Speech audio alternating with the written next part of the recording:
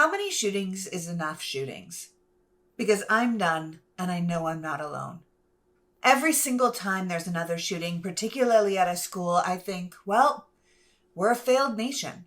If you don't protect your own children, your literal future, then who are you? And every single time it happens, I watch the same infuriating, ignorant Groundhog Day shit unfold.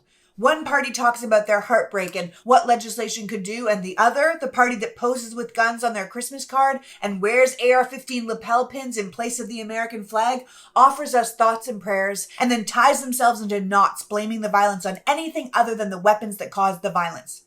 Today it's trans people, but it's been video games and social media and mental illness and fatherless homes and even doors.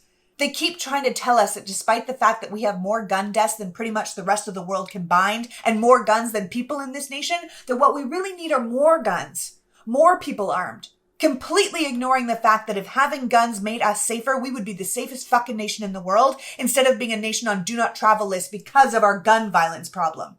At the end of the day, we know what the problem is, and we could fix it if the Republican Party wasn't standing in the way. Republicans are currently legislating books to protect the children. They're legislating drag shows to protect the children. They're legislating what medical decisions parents can make for their children, what medical procedures doctors can do on their patients. They're legislating history and pronouns and sexuality. But firearms, the number one killer of children in America? Nope, couldn't possibly legislate that. The truth of the matter is they have no interest in fixing the gun problem in America, no matter how many of our citizens it kills.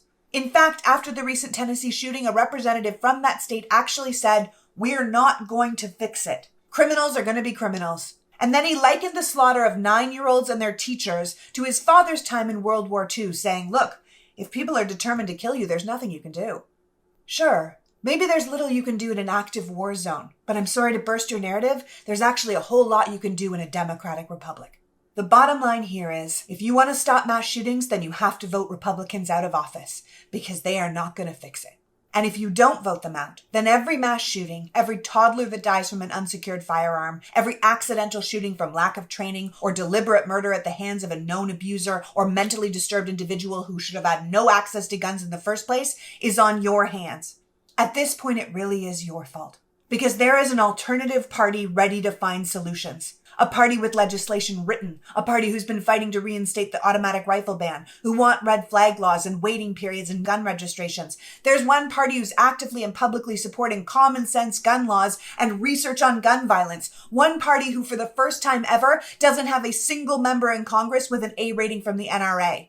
But if you keep voting for the other party, the party who takes money hand over fist from the lobby groups and corporations who benefit from mass shootings, who benefit from everyone being armed, who benefit from using their profits to buy lawmakers who will get us even more guns, then you are voting for the people who see our dead children as a symbol of our freedom instead of a symbol of our failure. And that's on you.